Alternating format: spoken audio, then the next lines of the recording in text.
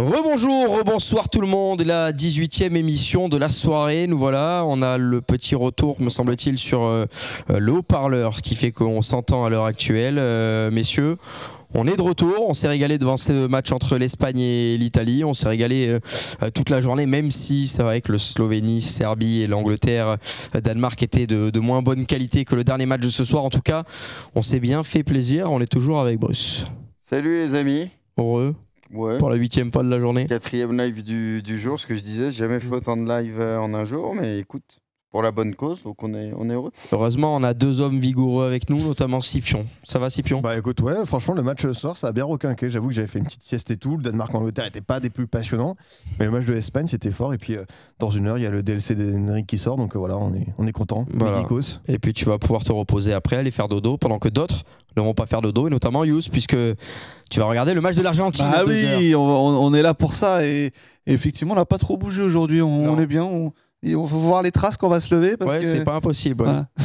J'espère qu'il n'y aura pas des traces trop désagréables. Non, bien sûr, on parle de traces. Voilà, ça après, voilà, chacun son côté, chacun son coussin, comme on dit. Messieurs, on va rappeler comme d'habitude qu'on est accompagné par notre partenaire Winamax qui nous suit tout au long de cette compétition, de cet Euro 2024. Et vous connaissez les règles également. Le premier dépôt est doublé en pari gratuit jusqu'à 100 €, 10 € disponibles de bonus supplémentaires avec le code hors-jeu 10, montant minimum de dépôt par carte bancaire 15 € tout simplement. Et comme d'habitude, on vous rappelle également qu'il faut être majeur pour pouvoir jouer au jeu d'argent et que jouer comporte les risques perte d'argent, conflits familiaux et addiction. Vous avez un numéro pour vous faire aider si vous sentez que vous perdez le contrôle. Messieurs, on va parler des débriefs déjà des 3 rencontres de la journée avec un gros focus notamment sur ce match entre l'Italie et l'Espagne. On va pouvoir également parler un petit peu du match de demain entre la France et les Pays-Bas et également la suite de notre Pronogate. On vous rappelle que demain, pas d'émission quotidienne puisque nous partons à Leipzig. On a 5 heures de route, 5 heures de voiture. C'est pour ça qu'on fait la quotidienne ce soir et pas demain. On essaiera peut-être de faire un petit live sur TikTok demain et comme d'habitude, vous aurez un vlog qui sortiront. Voilà, on ne sait pas trop quand. On arrête de s'avancer maintenant, évidemment, mais on aura des vlogs qui vont sortir au fil de ce voyage allemand. On va pouvoir partir dans le débrief. Jingle.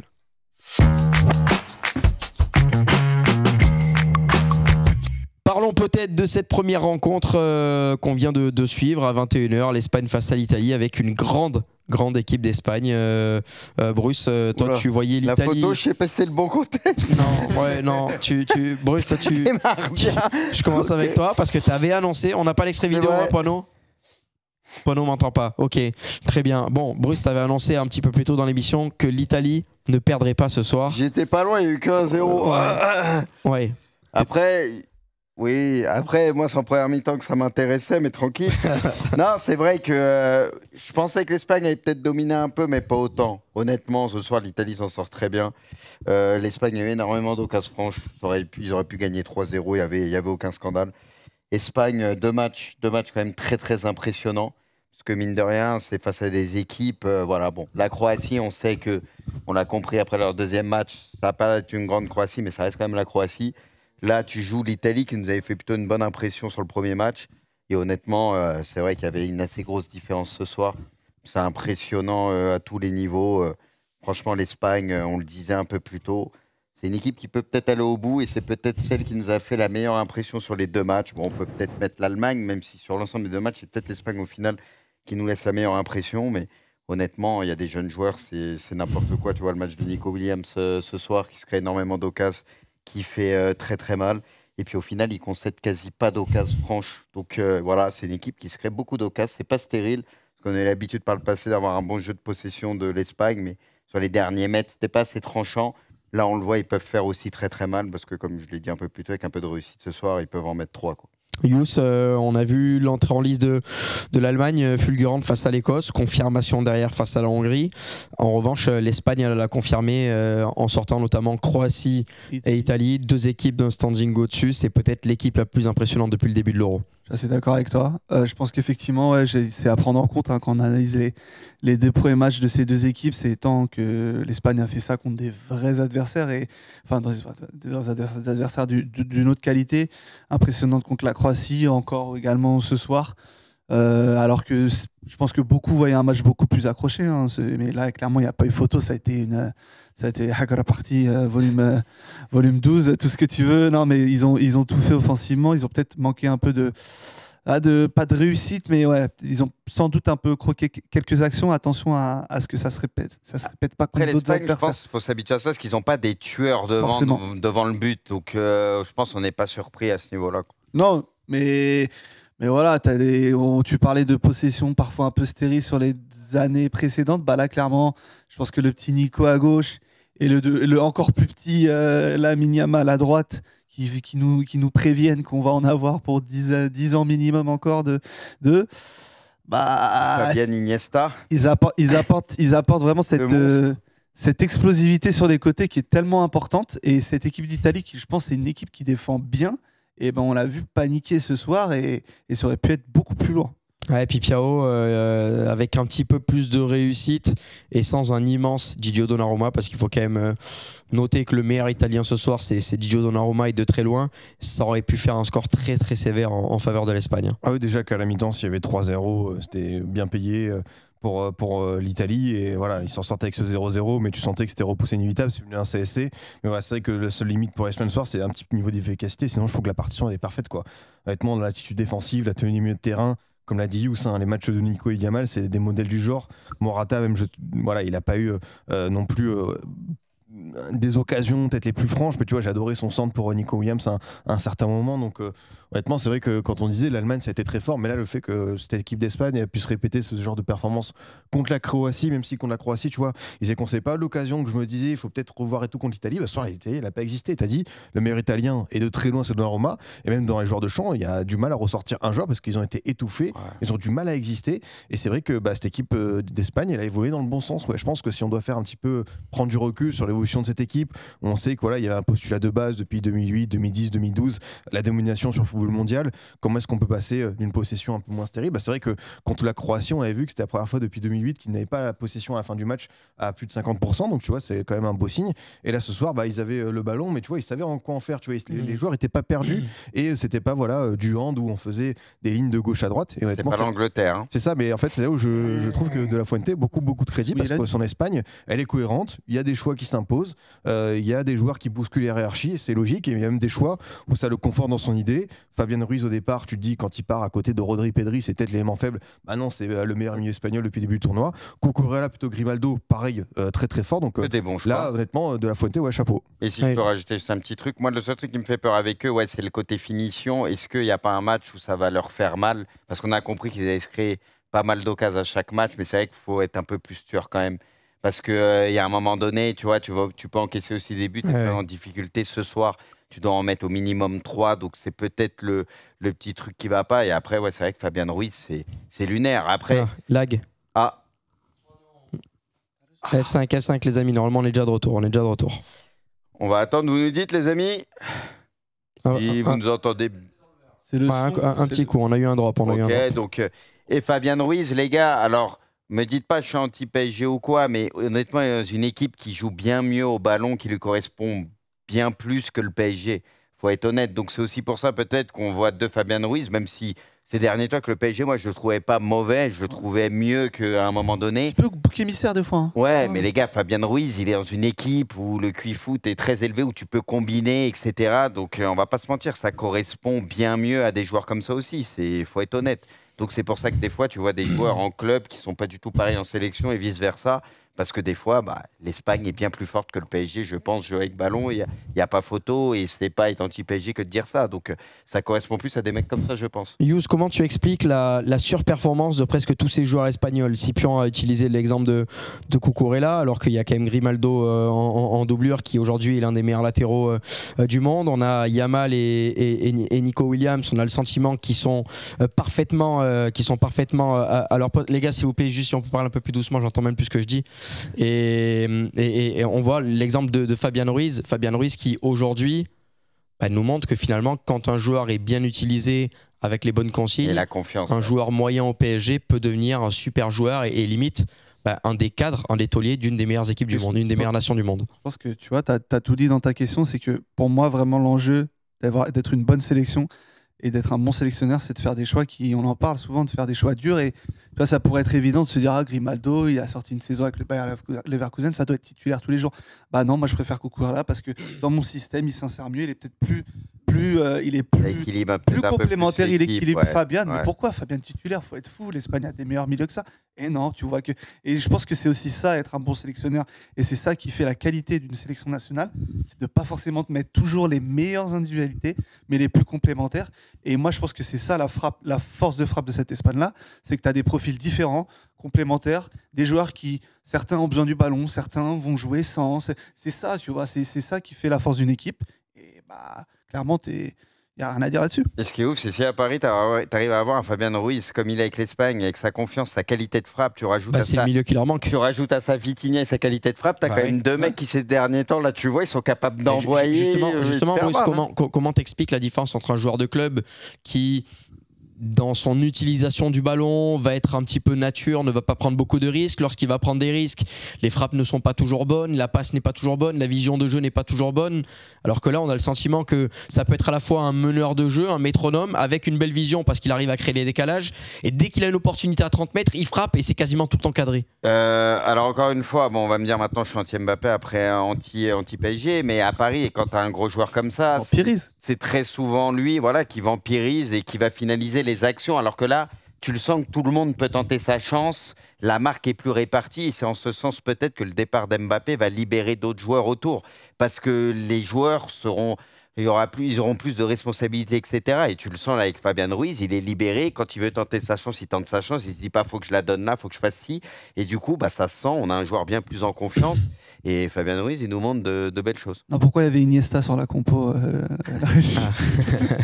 Scipion, moi j'ai un petit sentiment ce soir. On parle beaucoup de Nico Williams. On a beaucoup parlé de l'apport de Lamine Yamal dans le secteur offensif. Morata également, qui quand il dézone arrive à mettre un bon centre sur Nico Williams. À la finition, il a pas été trop en avant ce soir, mais il a quand même fait son match. Le milieu de terrain également. Moi, il y a vraiment un leader ce soir que je dégage, c'est Robert Lenormand.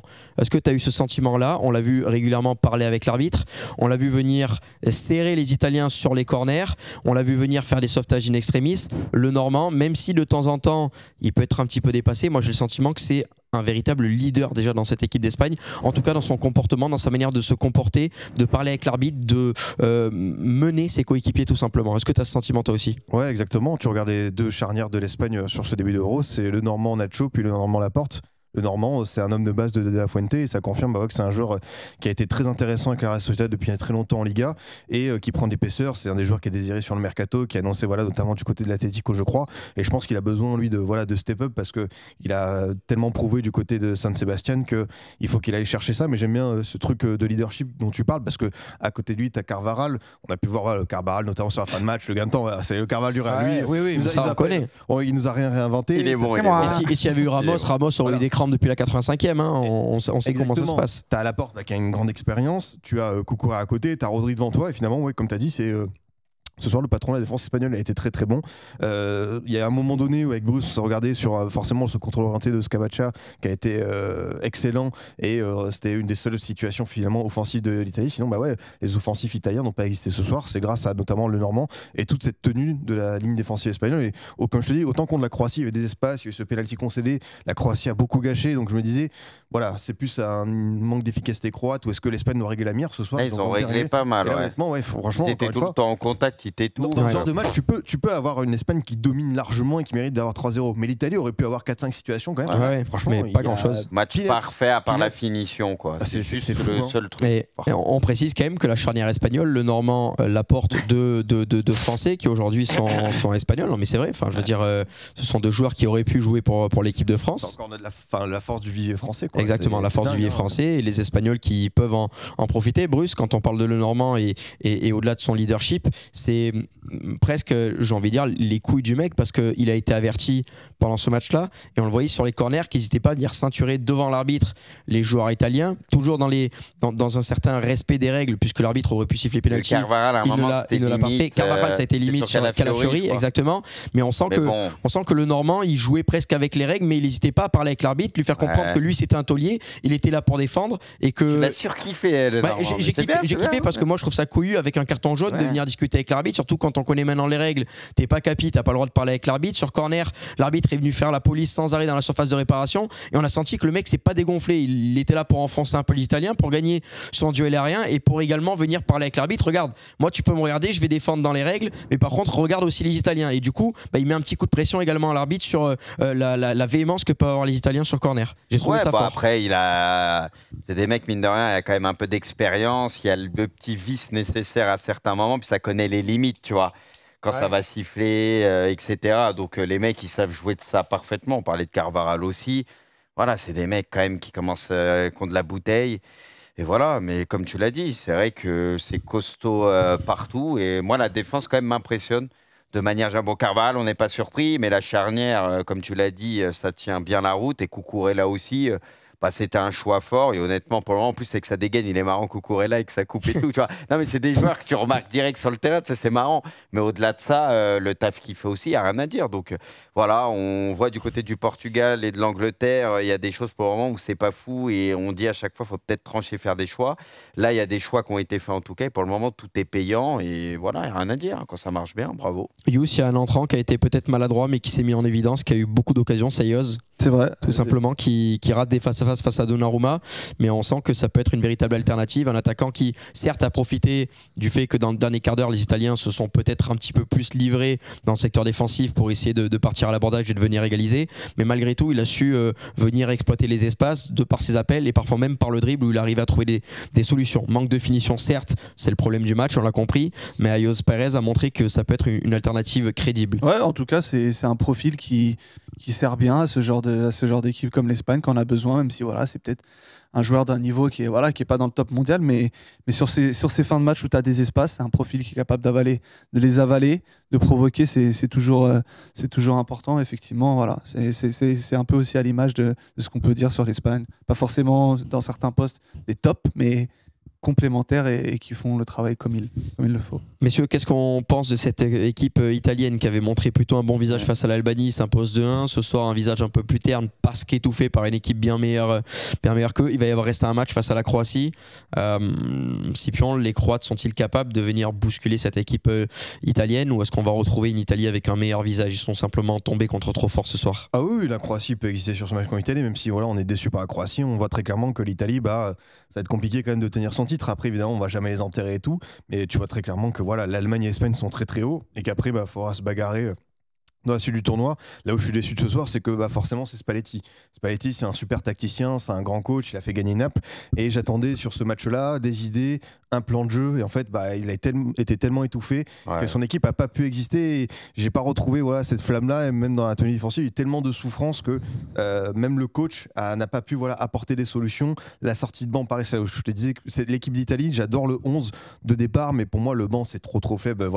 Retegui, Cristante, on va pas se mentir, normalement c'est les 6e, 7e choix d'une liste quoi. C'est des joueurs, ça prouve que peut-être le vivier italien était un petit peu en souffrance. Donc pour l'Italie, évidemment le prochain match il faudra se remettre à bosser. Tu peux te dire que faut éviter peut-être d'être au meilleur 3e parce que si la Croatie te bat, tu passes derrière elle. Donc il faudra un petit peu trouver des solutions, mais en même temps je me dis, tu vois, il sort Chiesa et Scamacca assez tôt. Ouais, 65. Donc je me dis que 70. Il a compris que ce soir c'était trop fort l'Espagne, qu'il n'y avait rien à faire.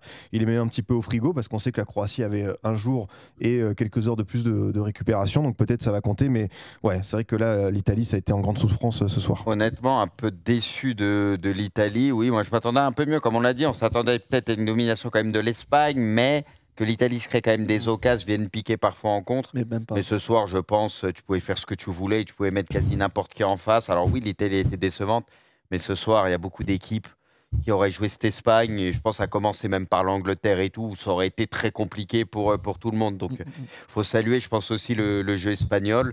Et c'est vrai que quand on se projette un peu, on imagine un quart de finale Espagne-Allemagne potentiellement. C'est les 2 premiers qui gagnent leur 8e. Et c'est bien parti Qui pour. t'arrachent tout dire comme ça, comme on dit, finale voleur. Enfin, c'est vraiment le niveau de jeu, ça va être incroyable. Hein. Et l'Italie, du coup, qui sera de l'autre côté, au moins ils se disent bon, on sait jamais, peut-être de l'autre côté, ils se diront tout le monde a sa chance. Mais c'est vrai que pour le moment, ces 2 équipes, bon, ça semble un peu au-dessus, quoi. Messieurs, on va se remettre la composition italienne. Il y a un gros top, on l'a dit, Gigio Donnarumma. J'ai bien aimé peut-être parmi les entrants l'apport de Cambiasso notamment. Maintenant, si on doit sortir un big flop chacun sur le match, un joueur qui vous a déçu, Yous, on commence avec toi. Jorginho. J'ai absolument pas aimé le match Jorginho. Et je pense que sur un match comme ça où cette équipe de l'Italie n'a pas forcément réussi à sortir, à trouver ses attaquants. Voilà, moi je suis assez déçu de Jorginho ces derniers temps et j'ai pas aimé ce soir. Pipion, je vais te laisser donner ton choix, mais on a peut-être Chiesa qui est Monsieur Euro et qui ce soir a été en difficulté. Ouais, comme toute la ligne offensive, j'associe tout le monde. Ils n'ont pas eu de ballon, ils n'ont pas existé, ils ont peiné largement. Même quand ils ont eu les 3-4 ballons négociés, c'était terrible. Moi, forcément, mon flop, c'est Di Lorenzo parce que vraiment, c'est un défenseur de qualité. Nico Williams, il va en faire des il a fait danser. Nico, ce soir, il aurait fait danser du Nico Williams, il y a 99,9% des latéraux. On a même dansé, nous, devant notre télé. Peut-être un Walker, tu vois, dans ce rôle pour Mais franchement, Di Lorenzo, c'est soirée terrible. Un Carvaral, mais bon, il joue dans la même équipe ou un Walker pour essayer. Franchement, c'était assez dingue le match de Lorenzo parce que vraiment dès le début on l'a senti fébrile et ça s'est poursuivi tout le match. Bruce, t'en as un? Franchement, j'aurais dit Di Lorenzo aussi, mais j'ai envie de te dire, c'est de manière générale et même la défense qui a été dépassée par moments. Oui, là où on avait encensé Bastoni, Calafiori au premier match. On a vu des erreurs et tout, alors que c'est vrai qu'ils nous avaient impressionnés. On sait que Bastoni, normalement, c'est très fort et tout, mais ce soir, on les a vus quand même en difficulté commettre des erreurs. Pas poussé à la faute par les Espagnols. J'ai envie de te dire, c'est l'Italie aussi de manière générale qui a été dépassée, qui est tombée sur plus fort ce soir, c'est tout. Messieurs, on l'a déjà fait depuis le début de l'Euro, on va le faire ce soir avec l'équipe espagnole, on va noter les joueurs un par un. On va commencer par le gardien de but, Unai Simon. Si la personne qui propose une note et vous n'êtes absolument pas d'accord, et ben dans ce cas-là, on essaiera d'en discuter. Il a payé 150 parades à faire. Mais voilà, Yous, Unai Simon, qu'est-ce qu'on en fait? Match sérieux, mais il n'y a pas de... 6 quoi. 6, ouais. Pas ultra sollicité. Pas été très sollicité. 5, c'est un peu dommage. Il y a un tout petit peu. Il a été sorti qu'il fallait. Il a paniqué. Donc rien que ça, tu vois, voir un gardien serein, on sait que toujours Unai Simon, il y a un petit débat et tout. C'est dans la continuité de son match contre la Croatie. Voilà, moi, honnêtement, il a été présent. Tiens, on va noter Cucurella, Scipion avec toi. Moi, je partirais sur un bon set parce que mine de rien, il a tenu son latéral, il a été costaud, il y a des projections intéressantes. En face de lui, il y avait quand même Monsieur Euro Chiesa. Et si Chiesa n'a pas existé au-delà d'une Italie amorphe, je pense que Cucurella y est pour beaucoup et dans la lancée de son match face à la Croatie. Dani Carvajal pour Bruce. Carvajal, je lui mettrais moi, je lui mets, 6-7. Il faut trancher. Ouais, mais je sais pas, trancher. Je vous laisse trancher. Moi, je ferais des distinguos dans la défense espagnole. Moi, je ferais comme ça. Après, peut-être Yous pour aller. Je ferais 6 Carvajal, 7 le Normand et 6 Laporte. C'est comme ça que je verrais les choses. Cucurella un petit peu au-dessus, donc oui, on peut lui mettre 6 du coup. On gagne du temps, on fait ça? Ouais, je suis d'accord avec ça. 6 Carvajal, 7 le Normand, 6 Laporte du coup. Voilà, bon, le Normand, il n'y a pas eu un travail énorme pour les centraux pour aller taper le 8, même s'il y a eu du leadership, comme on l'a évoqué, mis à part les coups de pied arrêtés, les corners où ils ont été présents, il n'y a pas eu un travail énorme. On va noter peut-être les milieux de terrain à présent, à commencer par Rodri. Un travail à la récupération, mais pas le milieu le plus en vue. Ouais, mais ça a été bien mieux que sur le premier match. Honnêtement, le premier match, on l'avait pas reconnu Rodri. Là, ce soir, c'était carré. Rodri, il y a une petite montée en puissance, mine de rien. Il a fait un match entre 6 et 7. Ok, on part sur 7. Le chat part sur 7, moi je suis assez d'accord. Lié au fait que son équipe a eu plus le ballon. Exactement, tu vois. Et d'ailleurs, bizarrement, Rodri était bien mieux ce soir et ils ont concédé quasi 0 occasion. Clairement, à la Croatie, ça équilibre. Ce mec-là, il équilibre quand même toute l'équipe. S'il est bien, honnêtement, l'équipe d'Espagne a de fortes chances que ça va bien. Yous, on va peut-être aller un petit peu plus haut avec Fabian ou on reste à 7? Non, moi j'ai envie de mettre 8 à Fabian Ruiz. Je pense que ça mérite. Mouche de merde. Pardon, excusez-moi. Ça mérite un bon 8. Fabien Ruiz. Ouais. Pour Ok. le moment, Fabien Clairement Ruiz, il est mérité. quand même dans le milieu de terrain titulaire de l'équipe de l'Euro. Ah bah large. Non, mais je veux dire, On- qui on aurait l'a- parié sans ça avant aucune l'Euro On l'a mis dans notre équipe type lors de la C'est première fou, quand journée. même, hein. Et là, ça va être dur de ne pas le mettre dans l'équipe type de la deuxième journée également. Pedri, qui a été en vue, qui Ouais, s'est j'ai marqué bien, par Pedri, quelques ouais, occasions, bien. des frappes de loin, volume de jeu intéressant. J'ai beaucoup aimé son match. Ouais. Je C'est mets, un je mets 7. 7 et tout. Ouais. Voilà, là, c'est comme Rodri, ça monte en puissance, il se déplace bien. Dommage pour les occasions qu'il finit pas, mais rien que le fait qu'il soit là, à la retombée du ballon, qu'il propose beaucoup entre les lignes, qu'il ait une activité comme ça, honnêtement, c'est le Pedri que moi j'apprécie énormément, qui est disponible, qui est mobile et qui offre à cette équipe d'Espagne des solutions. Et voilà, je trouve que c'est un trio qui marche très bien, mais Pedri trouve de plus en plus son rôle et ça me plaît. On est amoureux de ce joueur. Yamal a fait On est amoureux de ce joueur, Pedri. C'est une ode au football. Ah oui, oui, tu bah vois, ça, c'est- oui. quand il Football, quand- c'est quand- le football qu'on aime. quand physiquement il est bien, on sait que c'est un des tout meilleurs. Yamal Brusque a fait complètement danser son milieu. Alors peut-être pas sur autant de longévité que Williams. En mais fait, on qui a va eu partir des du énormes principe temps que forts. Williams, on lui met 8. Ouais, Je suis d'accord. donc Yamal Donc 7. de l'autre côté, on va mettre Je suis plutôt 7, je d'accord. pense. Donc Plutôt partout d'accord. sur ça, quoi. Bah, Bon, bon voilà. match. De toute façon, on l'a dit, les jeunes, ils n'ont pas froid aux yeux dans cet Euro pour le moment. Et Yamal, pas pour le moment, il fait un très bon Euro. Nico, si ça frappe, La barre, finit ouais. pas sur la barre, il a 9 ce soir, on est d'accord. Honnêtement, avec un peu plus de réussite de finition, ouais, s'il y a la réussite au bout. Après 9, faut voir les standards et tout. En tout cas, ce soir, vas-y, on lui met 8. Il a tout Il a fait. pesé énormément. Il a fait tout mal. fait, il a provoqué. Il y a un moment où, sur l'occasion de Pedri notamment, il la glisse parfaitement dans la course à Cucurella qui fait l'appel intérieur magnifiquement.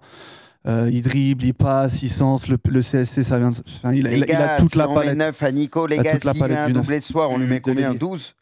Vous voyez ce que je veux dire? Les 10. gars, faut doser. S'il met un doublé, on sur est dix. Ah, mais C'est 8, déjà c'est déjà une très bonne note, les gars. 8, c'est voilà. Hein. C'est très bon match, les gars.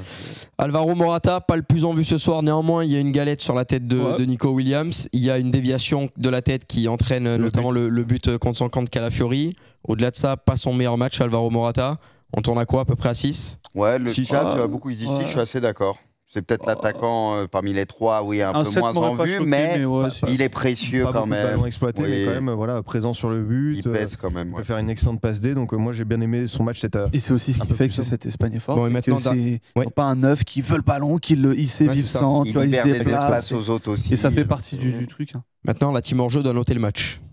Le plaisir que vous avez eu devant le match. Franchement, même s'il n'y avait qu'une seule équipe. C'est ça, c'est le seul truc Moi, franchement, bémol. l'Espagne, ça m'a tellement plu que je mettrais un. Moi, je mets un bon 8. Ouais, bah je vais dire 16 sur 20, 8 sur 10. Ouais, ça va ouais. bien, ouais. Ouais, un Ah, 8 sur 10. ouais, ouais. Quand il y a ce genre d'Espagne, C'est agréable. On a vu des Il y a qu'un séquences. seul but. Mais c'est surtout fort. que l'Espagne, pendant une période, a été tellement stérile, nous a tellement ennuyé après la grosse Ouais, période avec la grosse Espagne, que là, quand tu revois une Espagne comme Ouais. ça, qui peut se créer beaucoup d'occasions franches et tout, franchement, c'est trop Disons plaisant. qu'on a eu des frappes lointaines cadrées avec des parades Ouais. de Donnarumma, on a vu des face-à-face, on a vu des duels en Des contre un sur les exploits ailes. Donc aussi, ouais, il y avait les ingrédients Ouais. pour avoir un bon match. l'Espagne comme ça, tu mets même pas d'Orborn en face, on se régale. Oui, c'est ça, c'est ça. Bon, sauf qu'ils en prennent 8 ou 9, mais oui. C'est vrai que quand il n'y a qu'une équipe, quand il y a autant de différences, mais c'est aussi la faute à l'Espagne, il y a toujours un Ah, petit c'est truc. ça. Quand tu vois, il y a une vraie adversité sur un match, que tu sens que ça peut faire mal en face, mais que ça te sort un match comme ça, là tu te dis c'est incroyable. Scipion, on va passer un petit peu moins de temps sur la rencontre de l'Angleterre face au Danemark. Pourquoi? Parce que rencontre moins convaincante, on n'a pas vu grand-chose Oh là là. de la part de l'Angleterre, si ce n'est une grosse déception ce soir. Ouais, exactement. C'est vrai qu'on s'attendait à une montée en puissance de cette équipe anglaise. Voilà, après le premier match qui a déjà été compliqué contre la Serbie, malgré une bonne première période. Et là, on a vraiment vu 15 minutes où il y avait de la domination, il y a eu un but de Kane, et puis plus rien. Rideau, une équipe anglaise sans inspiration. Le Danemark, qui lui, pour le coup, a profité de ce petit temps faible pour revenir au cours de la première période avec un super but de Hjulmand. Et puis toujours autant de problèmes, de questions pour Gareth Southgate par rapport à ses choix, par rapport à son lien collectif, par rapport aux entrants aussi. Désolé, mais Cole Palmer qui fait 0 C'est minutes. honte, la vérité, Quand c'est ça a honteux. été un des meilleurs joueurs de première ligue, même si on sait qu'il y a beaucoup de monde, normalement un Cole Palmer, compte tenu de son nouveau statut, tu dois au moins même lui donner 10-15 minutes, mais au moins pour que le joueur soit en confiance. Là, tu vas peut-être perdre ton joueur pour le reste de la compétition parce qu'on sait que ce sont des égos à manager et que ça peut aller très très vite. Mais voilà, il est reparti sur la même compo. On se disait, tiens, c'est quand même bizarre parce qu'il y a des choses qui n'avaient pas marché. Ça a été encore pire, je trouve, ce soir, parce que même si Foden a été un peu plus en vue, finalement, c'est Bellingham qui a été plus en retrait. Ouais. Saka, ça a été Mais moins pas les deux en vue. même temps. Il a profité. Et, Kane a touché un peu plus de ballons, mais voilà. et puis, en vue, tu vois, c'est c'est le référentiel, tu vois. On vient de parler d'un mec comme. Oui, voilà, quand je dis en qui vue, est top 3 des meilleurs joueurs du monde à l'heure Voilà, c'est actuelle ça. et qu'on est en train de satisfaire parce qu'il a tenté 3 frappes. gars, C'est ça, voilà. Les gars, honnêtement, vous pouvez dire ça qu'à décevant ou machin. Il y a des choix, on le dit, on le redit. Trent, tu le vois pas. Foden, on persiste et signe. Lui, il est mieux de toute façon quand il est dans l'axe, etc. C'est catastrophique avec Southgate. Dès que le porteur du ballon, regardez, tout à l'heure quand on regardait le match, on relevait ça. Il y a le porteur du ballon, il a la balle. C'est statique. Il y a à la limite une solution et encore, il n'y a personne autour. Ça ne bouge pas, il ne se passe rien, personne ne sait quoi faire. C'est catastrophique. C'est catastrophique et Southgate, il y a un monde où il va prendre encore la même compo jusqu'au bout. Je ne sais pas s'il veut mourir avec ses idées, mais qu'il continue comme ça. Quoi je ne suis même pas sûr qu'il voit les quarts de finale. Hein. C'est quoi, t'as dit? Mourir avec ses idées? Je suis pas sûr. Hein. Qu'il en est. Ah, non, mais quand je dis, j'avais le côté un peu ironique, voilà, t'as compris. Oui. Au début, je comprenais pas, mais j'ai compris. Bon, juste quand tu vois cette Angleterre-là, est-ce que dans une certaine mesure, dans un registre un petit peu différent, ça te fait pas penser à l'Espagne stérile qu'on pouvait avoir auparavant? C'est-à-dire qu'on a vu des Anglais qui étaient assez hauts sur le terrain, qui étaient très écartés, mais à chaque fois on faisait un petit peu la passe à 10 en attendant que Foden tente un truc, sinon il se passe absolument rien. Pas un appel dans le dos, pas une solution, on essaye de centrer de temps en temps, on essaye de tirer, mais finalement c'est statique et stérile. Franchement, je comprends le parallèle et pour moi c'est même pire parce que là on parle de cette stérilité, cette incapacité à exciter le match offensivement, mais il y a des moments où le Danemark ils sont allés les chercher à la gorge, ils étaient en galère pour le sortir. Il y a des moments où vous avez des séquences où ils étaient derrière, ils défendaient mal, ils n'avaient pas le ballon. Enfin, il y a eu un.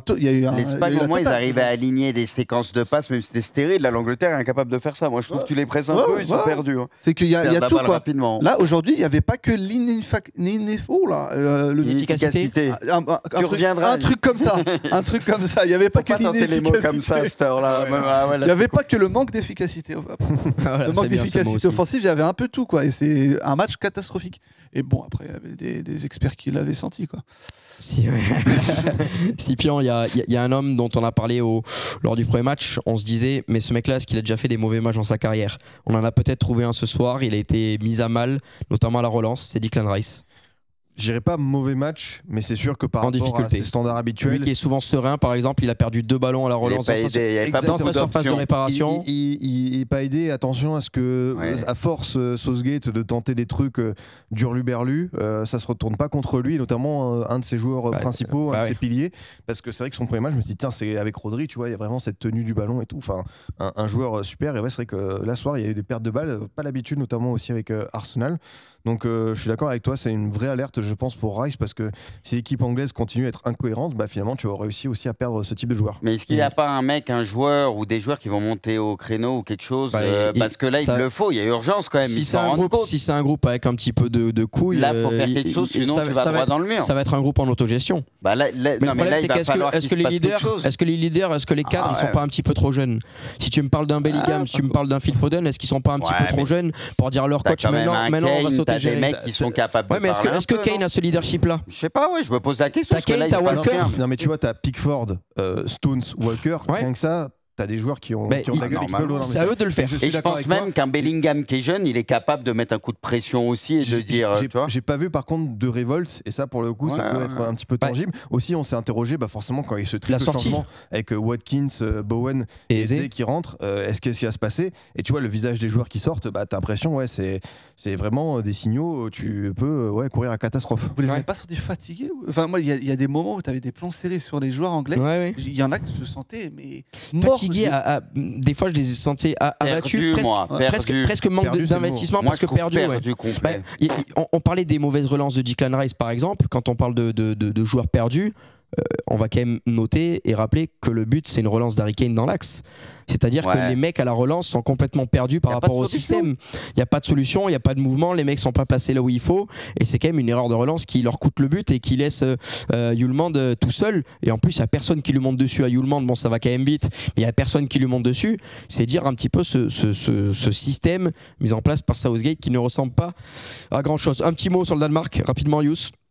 On avait eu peur quand on a vu la fin du Danemark face à la Slovénie. Ce soir, on est quand même rassuré. Vrai bon match. J'ai adoré leur leur capacité à être de montrer différents visages sans ballon. Il y a des fois où ils attendaient, où ils savaient faire le dos rond, ils attendaient un peu dans leur camp. Il y a des fois où ils sont allés chercher par séquence, dans la gestion du match pour pas finir KO. La frappe, l'inspiration, elle est juste magnifique. Capable de mettre des grosses frappes. Bon, l'Angleterre leur laisse un peu d'espace. Créer des occasions. Franchement, moi j'ai vraiment aimé le visage danois. C'est vraiment c'est le genre de match qu'on attend de ce genre d'équipe qui peuvent poser des problèmes quand une grosse équipe est pas au niveau. Eh ben, ils sont capables de leur rentrer dedans, aller les chercher et leur faire peur. Le milieu a fait mal. J'ai aimé leur match. A fait mal, Collectivement, c'était bon. Scipion, t'as Declan Rice. T'as Phil Foden qui peut jouer un petit peu plus bas, si jamais il y a besoin. T'as Jude Bellingham qui peut jouer au milieu de terrain. Comment on explique que cette paire Declan Rice, Trent Alexander-Arnold prenne l'eau face à Pierre-Emile Højbjerg et Hjulmand? C'est-à-dire que la paire danoise au milieu de terrain, j'ai eu le sentiment qu'ils ont un petit peu avalé, ils ont été au-dessus de la paire anglaise au milieu de terrain. Comment c'est possible avec ce vivier de joueurs? Parce que peut-être le volume de jeu et la qualité technique d'un latéral, ça va pas être les mêmes critères pour un milieu de terrain. C'est ce que je me dis aussi, hein, mais le sélectionneur de l'Angleterre doit mieux connaître le foot que nous, non? Je comprends le pari, mais au bout d'un moment, quand tu vois que l'idée, elle va droit dans le mur, comme l'avait dit bien Youss, c'est vrai que ce coach, on se demande un petit peu où est-ce qu'il veut aller. Et là, même dans le chat, je voyais quelqu'un qui disait, est-ce que l'équipe de France ne voudrait pas que c'est aussi pire que l'Angleterre?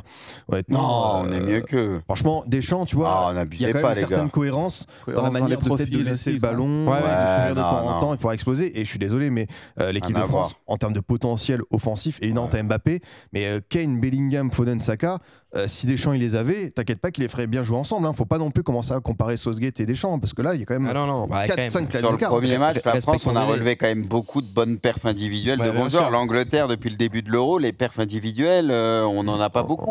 Les joueurs sont à leur niveau, donc non. C'est exactement ça. Mais en fait, moi, ce qui m'a un peu perturbé, c'est quoi, Alexander Arnold, je le trouve un peu largué, quoi, parce que là, il essaie de jouer comme un milieu de terrain, mais du coup, si Rice est largué, c'est qu'Alexander Arnold est largué.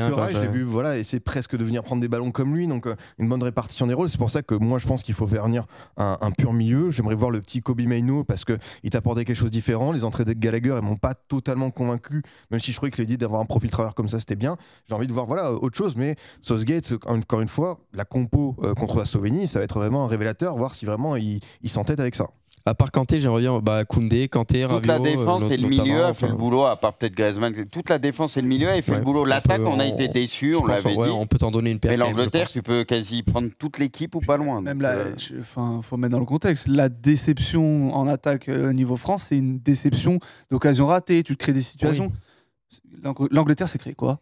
Combien de ballons touchés, ça va au-delà quand même. Tu bats ton record de ballons touchés dans la surface. Mais par contre, on doit être plus juste. C'est pas les mêmes niveaux, les gars.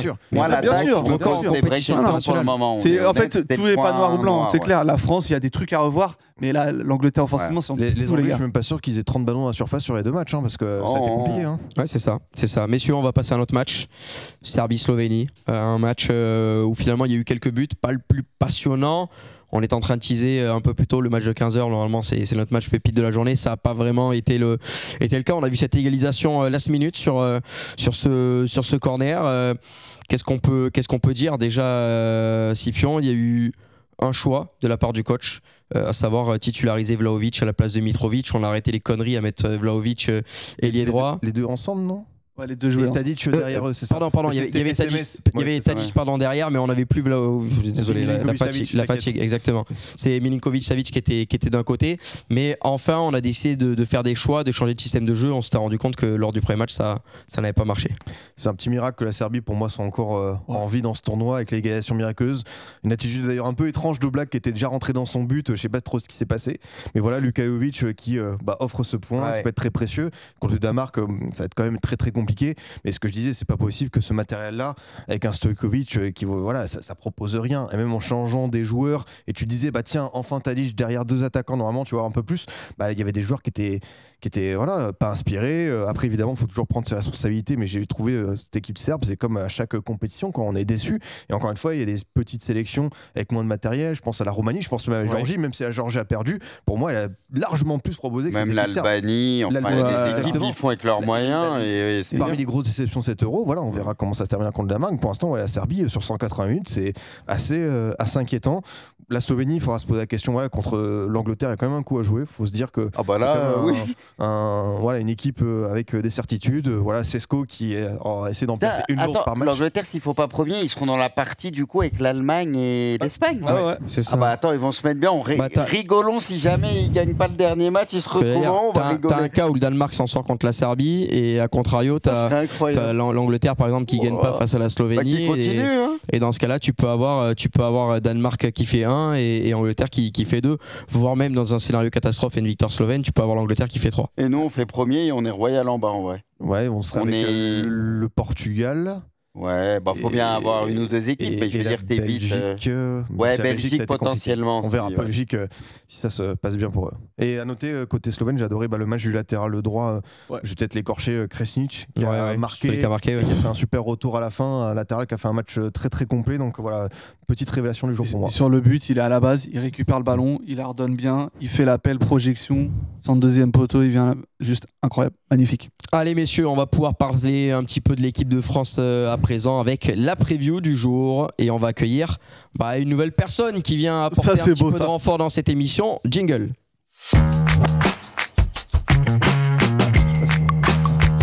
Ça y est, le Zalou est en Allemagne, le Zalou est avec nous. Voilà que l'équipe en jeu s'agrandit dans ce voyage à Gelsenkirchen. Comment ça va Zalou? Comment t'as voyagé? Très bien, c'est pas très loin l'Allemagne, c'est assez rapide. T'es content de nous voir? En jet privé normal. C'est Paris le matin. Ça c'est pas faux. Il est venu en Falcon, normal. Ça va très bien et vous ça se passe bien? Écoute, nous on est contents. 5 jours. T'as vu ta fiole? C'est bon? Petit ronfleur? Ouais, ça a l'air d'être pas mal. Ouais. On va faire une bonne équipe. Alors oui, Zal est en Allemagne, évidemment sous conditions libératoires. On l'a autorisé à quitter le territoire français temporairement. Fais voir la chérie. Exactement. Il doit rester dans l'Union européenne. Zalou, bon, on va parler un petit peu de ce France-Pays-Bas. Est-ce que déjà, première question pour toi, qui a vu le match face à l'Autriche, Didier Deschamps doit-il garder la même composition d'équipe ou est-ce qu'il doit y avoir du changement? J'écoutais là ce que vous disiez juste avant. Pour moi, tout est bon en défense, milieu de terrain, pareil, il n'y a rien à changer. Alors l'attaque, maintenant, c'est la grande question. D'après ce que j'ai compris, vous continuez sur Thuram à gauche, Giroud en pointe et Dembélé à droite. Giroud, on n'est pas sûr encore. Ça peut être Kolo Muani, Thuram, Dembélé. Ça me paraît un peu difficile. Après, Giroud, s'il est physiquement prêt, oui, il faut le mettre, ça c'est évident. Mais s'il n'est pas physiquement prêt, ça m'inquiète un peu. Et Thuram à gauche, insister sur Thuram, je suis pas trop... Même s'il apporte énormément sur le repli défensif. On l'a dit, 11 km 3 parcourus pour l'attaquant. C'est le deuxième joueur qui a le plus couru derrière N'Golo Kanté lors du premier match. Sur ça, je suis assez d'accord qu'il apporte beaucoup. Mais après, il n'y gagne pas en confiance. C'est la compo du premier match. Ah ok. C'est la compo du premier match et on n'a pas encore de véritable compo probable. Ça dit quoi la compo probable? Parce que on ne sait pas trop. Ça a dû peut-être c'est sorti un petit peu aujourd'hui. Après, on se doute bien qu'Mbappé, ça va peut-être prendre 0 risque. Il va peut-être être testé en fin de match avec son masque. Déjà, apparemment, il va commencer sur le banc. Mais oui, il peut rentrer juste à la fin, peut-être pour se jauger, avoir des sensations peut-être avec son match. Je pense que c'est pas nécessaire, honnêtement. Mais ça sert à rien. C'est le match le plus important de la poule. Ça sert à rien de prendre le risque. Ouais. Je voulais revenir sur Thuram. En fait, le fait de le faire jouer à gauche, en fait, on lui donne une tâche trop défensive et du coup, pour le mettre en confiance, c'est ce qu'il y a de plus compliqué pour lui. Et pour moi, je dis pas ce que Didier a un peu fait avec Matuidi finalement, par exemple, quand on est champion du monde. C'est le 9 de l'Inter. Il a fait une saison assez extraordinaire à l'Inter. Mais avec Lautaro Martinez aux côtés de lui. Ouais, mais bon, ce qu'il peut arriver à retrouver avec un Giroud. Griezmann derrière lui qui est un peu plus offensif justement sur cet Euro où il a moins de tâches défensives à faire. Donc pour moi, Thuram devrait jouer dans l'axe et je persiste et je signe. Pour moi, un Barcola à gauche, ça serait peut-être l'idée principale. Mais bon, Deschamps, à mon avis, il va mettre Giroud si Giroud est en forme. Mais pour Thuram, en fait, c'est pas un cadeau de le mettre à gauche. Je dis pas qu'il est mauvais, c'est pas mon propos.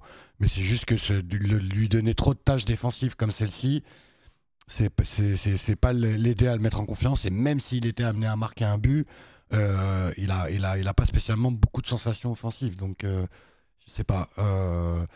Je suis pas trop inquiet parce qu'on est qu'au deuxième match pour nous.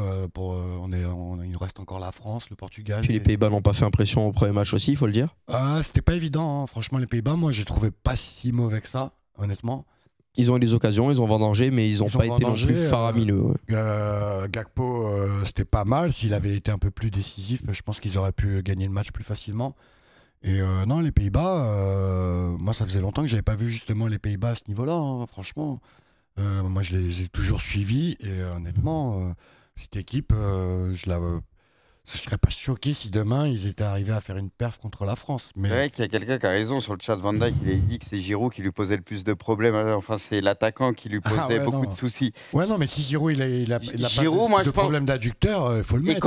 Et Coman, son état physique, on en est où? On sait à peu près comment il est ou quoi? Parce que moi, la vérité. On sait jamais grand-chose avec l'équipe de France, j'ai envie de te dire. Moi, je en vérité, il n'y a aucune information. Si Coman est bien, moi, je te mettrais Giroud, Dembélé, et Coman. Le match contre la Pologne pour tester autre chose par rapport à Dembélé parce que franchement, moi Dembélé a eu beaucoup plus de chance que Coman, je suis d'accord avec toi. Barcola ou Coman, qu'on les voit en tout cas plus, parce que pour le moment, que ce soit Thuram, que ce soit Dembélé, on n'est pas convaincu forcément. Moi, le seul où je suis convaincu et sûr, c'est Giroud en pointe. Après, on met les plus en forme sur les côtés, mais pour moi, tout ce qu'on a testé, c'est pas convaincant. Et quand Mbappé va revenir, évidemment, il aura sa place, mais ça serait bien de voir un peu de choses aussi. Idéalement, ça serait de gagner ce match contre les Pays-Bas pour que justement Mbappé puisse se reposer sur ce troisième match et qu'on l'attende uniquement pour les huitièmes. Ça serait l'idéal. Mais bon, on connaît l'équipe de France. Hein. En fait, ça va être dur. À mon avis, ça va être dur jusqu'au bout. J'ai un sentiment. Enfin, j'ai vraiment, j'ai pas peur, mais je suis quand même assez, on va dire un petit peu inquiet dans le sens où on va pas dérouler cette poule. On le savait déjà. La Pologne, je les voyais quand même un petit peu plus forts. Et je me dis que pour le coup, la Pologne, ce serait peut-être le match où ce sera le match où on va se qualifier. A priori, ouais, c'est les moins bons, la Pologne. Et pour les Pays-Bas, ouais, ça va être compliqué. Si on fait un match nul, ce sera pas un si mauvais résultat. Si on gagne, non, tu joues la Pologne à la dernière journée, donc normalement c'est plutôt un bon résultat même pour l'équipe de France. Ouais, mais après attention à pas te retrouver. Quoi qu'il arrive, tu finis dans les meilleurs 3. Et après il faut terminer. Mais il faut terminer premier. Le tableau du haut aussi. Hein, il faut terminer premier quoi qu'il arrive. C'est pas le genre de question que tu te poses. Si tu te croises l'Allemagne ou l'Espagne, honnêtement, t'es quand même dans la sauce. Surtout que t'as potentiellement l'Angleterre qui peut te choquer sa phase de groupe et aller là-haut. Après ça fait un peu. J'ai pas c'est ça, on se retrouverait. Classification, mais moi je trouve que c'est ultra important. Déjà, faut déjà essayer de faire un truc contre les Pays-Bas. Honnêtement, si on fait une victoire contre les Pays-Bas, ça serait vraiment le top pour nous pour la suite de la compétition. Mais bon, je crains quand même que les Pays-Bas vont nous causer pas mal de soucis, en sachant que eux, ils ont déroulé contre le Canada et nous, on a eu beaucoup de mal. C'était un amical. Ouais, c'était un amical, c'est vrai. Mais les Pays-Bas sont peut-être un peu plus.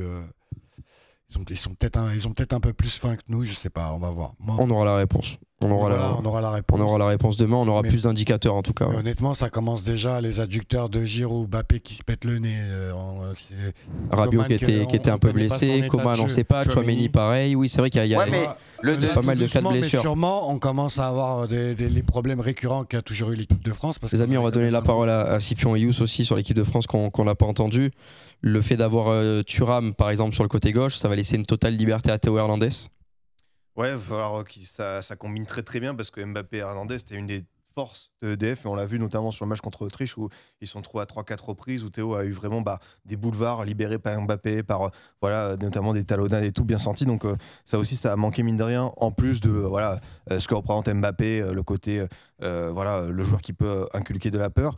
Moi, mettre Giroud contre les Pays-Bas, ça me paraît indispensable. Même s'il n'est pas à 100% physiquement, au moins sur 60-65 minutes, parce que moi, je vois quand même des gros duels, notamment coup de pied arrêté. On sait que dans un gros tournoi, ça compte. Et je me dis que tu auras et Van Dijk, et Ake, et De Vrij. Là, ça va être vraiment des duels de costaud. Donc, il faut un Giroud comme ça, rien que pour les corners défensifs, ça va être un apport conséquent. Puis en plus, Bruce l'a rappelé, Giroud avec Van Dijk, il y a une bonne histoire. Donc moi, ça me paraît pas mal. C'est vrai que dans l'idéal, Thuram qui pourrait tourner autour de Giroud, dans ce système-là. Mais je pense que Deschamps, il insiste sur lui parce que justement, c'est tout bête, mais ses efforts défensifs, ça lui a plu tellement. C'est dur pour Thuram parce que forcément, ça sacrifie une part de sa lucidité offensive. Après, Thuram, il s'est quand même procuré des situations. C'est pas comme s'il avait fait un match totalement absent offensivement. Il a eu des opportunités, mais voilà, tu es un attaquant de l'équipe de France, tu dois, quoi qu'il arrive, faire beaucoup mieux parce que derrière, tu as du Barcola, tu as des jeunes qui poussent. Surtout que tu as lui et Dembélé alignés ou dans la finition avec l'équipe de France, extrêmement. Tu peux pas compter trop sur eux pour le moment. Oui. Yous, est-ce que dans la percussion, avec cette compo Thuram, Giroud, Dembélé, l'équipe de France ne va pas finalement s'appuyer énormément sur Ousmane Dembélé? Bah aussi, après, moi je suis pas forcément pessimiste par rapport à cette compo. Je pense à voir comment ça évoluera avec le ballon. Si un Thuram se rapproche de Giroud, ça peut lui faire un point d'appui à côté, se rapprocher d'une attaque à deux avec Hernandez qui prendrait la largeur sur le côté gauche, Dembélé à droite.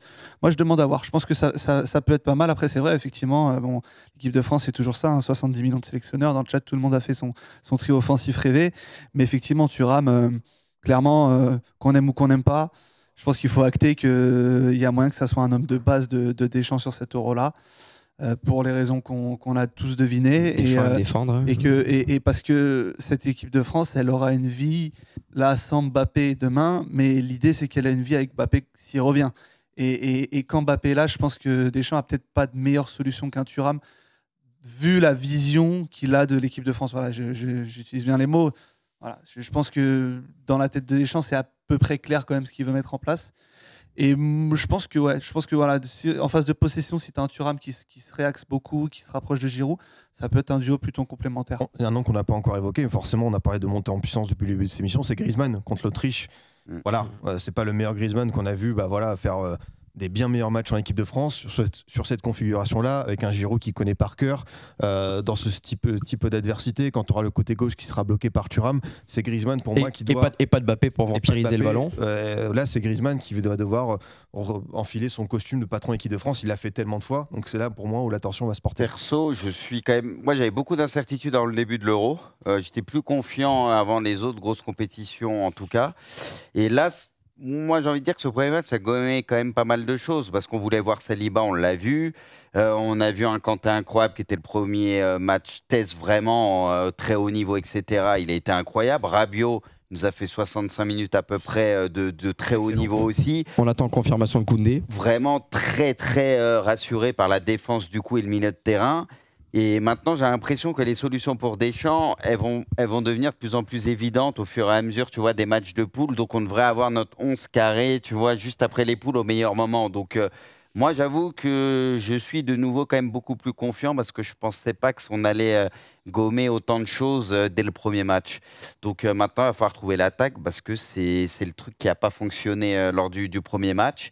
Mais ça, bien sûr, ça risque de se régler. Là, avec les matchs à venir, je pense qu'on aura nos 3 attaquants à la fin des poules pour sûr. Donc voilà, moi, je suis quand même beaucoup plus rassuré, on va dire. Zal, tu as été rassuré, toi, au premier match par cette défense française, justement? On a encensé énormément Koundé, la charnière qui était nouvelle, Upamecano, Saliba, à part une petite erreur ou deux d'intervention. Au global, ça a été solide. Ouais, franchement, je pense qu'on a vu, il n'y a pas grand-chose à redire. En plus, le Koundé, c'était vraiment peut-être le point faible de cette équipe, enfin en tout cas de la défense. Et il a fait je pense que c'est son meilleur match en équipe de France pour moi. C'est possible, oui. Et il faut qu'il reste sur cette lignée-là. Et puis on ne lui en voudra pas s'il ne monte pas. Hein. Donc tant qu'il défend aussi bien comme ça suffira à mon avis pour justement stabiliser cette défense. Parce que si vous remarquez un petit peu, moi c'est ce que je me dis, maintenant on a quasiment des défenses à 4 où en fait c'est presque 3 centraux et un qui monte. Ouais. Soit c'est à droite, soit c'est à gauche, mais généralement ça se passe comme ça. Comme avec les Pays-Bas d'ailleurs, c'était comme ça aussi, il me semble. Avec Ake. Et puis, après, il joue à 3 aussi, ouais. Ouais, Blind, Dumfries, des profils comme ça, ouais. Ouais, mais sur la compo de base, c'était à 4 et Ake qui était arrière gauche faisait le troisième central. Les trois qui étaient en centraux, quoi. Mais Ake avait un rôle aussi où il montait un petit peu plus qu'un Koundé quand même. Après, Koundé, il ne faut pas oublier qu'en face, et c'est Damso qui le disait, pour moi, c'était un match-up qui lui correspondait pas mal, parce que ce qui peut le mettre en difficulté, c'est des mecs aussi très virevoltants. C'est ça. Mais Koundé, je sais pas, vous avez vu dans le vestiaire, avant qu'il démarre le match, on voit qu'en fait, il se cache pas. Ouais. Je pense qu'il a un petit truc, il a un petit leadership en défense qui peut lui permettre de s'imposer. Donc en soi, pour moi, la défense, il n'y a rien à redire. Parce qu'on aurait pu avoir le débat Klose ou Koundé, et là pour le coup, je pense que c'est quasiment réglé. Et on verra bien. Scipion, Dembélé, lors du premier match, on l'a encensé par rapport à certaines différences qu'il arrive à faire, notamment face à Mouéné qui faisait que se jeter. A priori, il aura quand même Nathan Ake. C'est une marche au-dessus. c'est une grosse marche au-dessus. Hein. Forcément, ça va être un beau test. Un des duels. Mais tu as envie de. Voilà, par rapport à Coman, c'est pas à 100%. Dembélé, mine de rien, on l'a dit, hein, les 2 cartons jaunes provoqués, c'est un joueur qui va quand même essayer de percuter. Il n'aura pas de latéral pour dédoubler parce que Koundé a une vocation peu défensive, comme l'a dit Zal, en rappelant le rôle un peu plus vers l'avant de Théo Hernandez. Mais voilà, pour Ousmane Dembélé, il faut essayer. Et c'est vrai qu'avec le Paris Saint-Germain, même s'il y avait des situations où il tentait d'un geste péché, par moment, il y avait quand même eu du positif. En équipe de France, il n'y a pas encore eu ce momentum, ce match. Bah voilà, le match référence peut-être d'un Ousmane Dembélé. On s'est dit, il se passe quelque chose. Donc, ce serait bien que ça arrive demain contre les Pays-Bas. En plus, il n'y a pas de Mbappé. Il y a un Griezmann qui se cherche encore. Donc, je me dis que s'il a envie de prendre ses responsabilités, notre ami Ousmane Dembélé, ça peut être la situation qui lui convient bien. Allez messieurs, on va pouvoir à présent pronostiquer un petit peu les résultats de demain. On va voir si des gens ont marqué les points au classement ce soir. C'est l'heure du pronostic. Ça n'a pas été fameux, je crois bien. Et déjà, on va commencer avec un récap des points de cette journée, à voir si des my match sont passés, si des scores, des résultats ont été trouvés. Et on voit que Zal et le FC Guez étaient partis sur la Serbie. Ouais, ils sont partis sur la Serbie. Personne n'avait le nul entre le Danemark et l'Angleterre. Et aucun my match n'est passé. J'avais mis 2 buts ou plus. Bon, je me suis fait voler sur ce match-là. Mais bon, c'est pas grave. Un petit point sur le classement. Est-ce que ça a évolué? Bruce en tête avec 13 points. Mine de rien. 4 points d'avance sur Braque et moi-même. Et le FC Guez. Donc je suis remonté de la dernière à la 2e place. Scipion est 5e avec 8 points. Zalou 7 points, mais là ça y est Zal, maintenant t'es en Allemagne, t'es avec nous, t'es au parfum de l'euro, tu vas pouvoir entamer ta remontée. J'espère. Bon après, non, c'est Bruce qui est quand même assez loin. Mais après, je suis qu'à 2 points que la 2e place, c'est pas... Non, t'es pas largué. En une journée, ça peut se remonter. Mais Bruce, ça va être compliqué. T'es en train de tout rafler en Allemagne, ça me réussit bien. T'es pas largué, ouais, toi t'es en feu. Ça va être dur d'aller chercher, en fusion. Bon, après, sur tous les tableaux. On n'a pas de joker sur ce Pronogate? Non, il n'y a pas de joker. Je crois qu'on en a pas parlé. Donc, on a laissé tomber. Je pense pas qu'on aura un joker. On va regarder les matchs qu'on a pronostiqués justement parce que demain, journée assez faste. 3 rencontres au programme.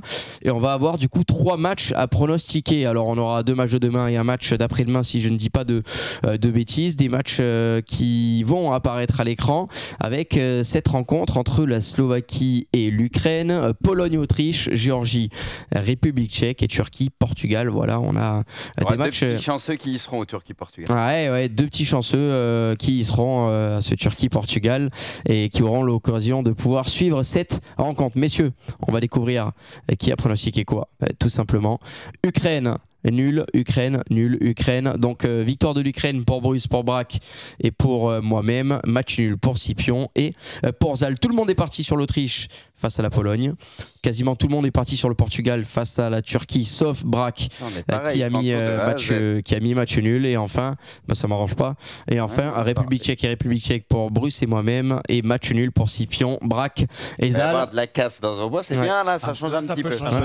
Mais moi je te rattraperai pas, j'aurai 4 points d'écart, sauf si le my match on va voir à présent, puisque c'est l'heure de découvrir les my match. Comme d'habitude sous couvert d'anonymat, vous allez devoir voter pour votre my match préféré qui sera le my match représenté par le FC Guez.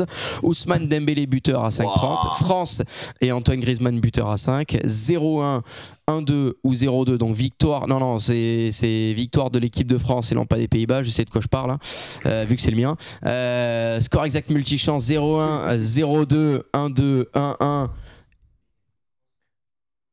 Bah, c'est écrit France. Et résultat France. Mais pourquoi tu mets 1 du coup s'il y a ces résultats France? Bah ouais, il y a un truc qui va pas, il a raison. Là, le 1, ce my match ne va pas, les amis, c'est impossible. On le valide pas. C'est impossible parce qu'il a plus de score que moi et moi j'ai la cote à 3,10 et là il aurait plus de score que moi et cote à 3,65. C'est impossible. Et ensuite, Nathan Ake ou Stéphane De Vrij, Virgil van Dijk ou Dayot ou Upamecano avec des buteurs à 5,40. Donc un défenseur marquera probablement sur corner selon Scipion. On va pouvoir à présent voter. Poineau, ça dit quoi? C'est le 2 qui a été choisi, victoire de la France et d'Antoine Griezmann. On va vérifier le 4e parce que je pense que c'est celui de Zal, fait dans la précipitation avec la connexion dans l'avion qui a dû partir subitement. Laisse-moi regarder ça. Le 1, ça va pas avec le résultat, oui. Voilà, c'est une cote à 3,05, pas à 3,65. Mais oui, en gros, c'est Zal a pris et la France n'a pas besoin parce que si tu mets 0,1, 0,2 ou 1,2, c'est forcément la France. Donc en gros, c'est le même que le mien. Pour pour Zal, c'est le même que le mien. Et pourquoi le 1-1, il peut pas être. Bah non, parce que non, si tu mets la France gagne, il peut pas y avoir un 1. C'est bizarre. Ah, là, Il oui. a fait bugger le truc. Là, il te l'aurait pas validé là. Bah là, je l'ai enlevé du coup. Oui, oui. Voilà, bah là maintenant c'est bon. Et du coup, tu veux laisser le avec le 1, ça dit quoi? Avec le 1, normalement, t'as pas une Non, cote à. Les gars, Voilà, t'es pas assez. Donc c'est le même que le mien. les gars, j'ai vu la lumière et vous le savez, je suis très dur avec Dembélé. C'est comme aujourd'hui, je me suis avancé sur quelque chose. Bon, ça s'est pas passé sur l'Italie qui perdrait pas, mais j'ai vu la lumière et je pense que Dembou, je sais pas pourquoi sur ce match-là va marquer. Moi, Mais là, ta différence, elle s'est fait sur les my match. T'en as placé pas mal là déjà. c'est 3 sur 4. Ok, tu vois, c'est Ah, normal. ce goth là, ce crack que C'est pour c'est. ça que méfiez-vous sur Qu'est-ce qu'il Dembouz veut demain, faire les gars. Normalement, je parierai jamais sur Dembouz, mais. Les amis, ça T'as va mis être. France Dembouz. Non, juste Dembouz. Nambouz, Ah ouais. Nambouz. Ah ouais, Ouais. j'avoue. Et l'autre, c'est France Griezmann. Les amis, c'est la fin de l'émission. Zal, merci d'avoir fait cette première avec nous ce soir. Bah, c'était court, mais On te garde quelques jours avec nous. De toute façon, demain, on va voir l'équipe de France tranquillement. Donc, tu seras encore à nos côtés sur c'est ça. les vlogs, etc. Scipion, merci également. Cette longue journée à rallonge. On va aller dormir. Exactement. Bien Toi, manger, bien dormir, voilà, bien évidemment. manger, bien dormir. C'est le qui le dit. Puis Youss et Bruce, on va rester ensemble pour regarder l'Argentine. Ah, on va se régaler. On va pas le faire en live, les amis, On va parce se que faire un voilà, peu c'est l'heure de- maintenant de se reposer un petit peu. On va game un peu, non? Ouais, on en a- 3-4 live aujourd'hui, on va passer le temps. en On a attendant fait le match. genre quoi, 6h, 7h d'émission, un Oh, truc comme ça bah aujourd'hui. ouais, Donc, minimum. on a bien bossé. donc, vous êtes- Ah, mais là, donc, ils il y a peuvent l'Argentine nous à 2h remercier du dans matin, le la chat, Copa non? América. Hein? Ils peuvent nous remercier dans le chat. Bah non, grave, arrêtez-vous, hein. j'espère en tout cas que vous avez kiffé la journée avec nous. C'est vrai qu'on a fait 2 émissions quotidiennes, on a fait une viewing party. Il y a eu un live de Bruce, il y a eu un live de Youss également. Donc voilà, vous avez bien bouffé aujourd'hui. Demain, les amis, restez actifs sur la chaîne YouTube de Bruce. Non, c'est de hors-jeu. C'est ça, sur la chaîne d'Enjeu. Pourquoi? Parce qu'il y a le vlog qui va sortir demain. Donc demain, 100%, il y a le vlog qui sort de notre arrivée en Allemagne. Donc vous allez suivre un petit peu nos péripéties. Ensuite, il y aura probablement un live TikTok en direct de Leipzig. Ouais, Pourquoi? on Parce fera qu'on va un voir le truc autour match. du stade, ouais. Donc voilà, on va voir le match demain. On fait 5 heures de route. On part demain matin. On verra le match. Vous aurez un vlog également sur notre journée puisqu'on va filmer tout ça et le vlog sortira quelques jours après. Puis nous, on se donne rendez-vous pour la prochaine quotidienne. Si je dis pas de bêtises, ça sera samedi Je vais soir mettre mon quand maillot, on moi aussi, rentrera à ça. 23h. Donc voilà, rendez-vous prochaine émission samedi soir 23h. En attendant, prenez soin de vous comme d'habitude. Merci à vous de nous avoir été fidèles parce que nous, si on fait des émissions avec beaucoup d'heures toute la journée, c'est fatigant pour nous, mais ça veut dire que vous nous suivez également toute la journée. Donc voilà, Merci on vous remercie On vivement. finirait pas Pour, par le requin. Tout ça. Allez, on part Le comme ça. requin. Et en terminé, allez messieurs, à présent, on va partir dans l'eau salée de la mer. Bye bye. Demain, faudra-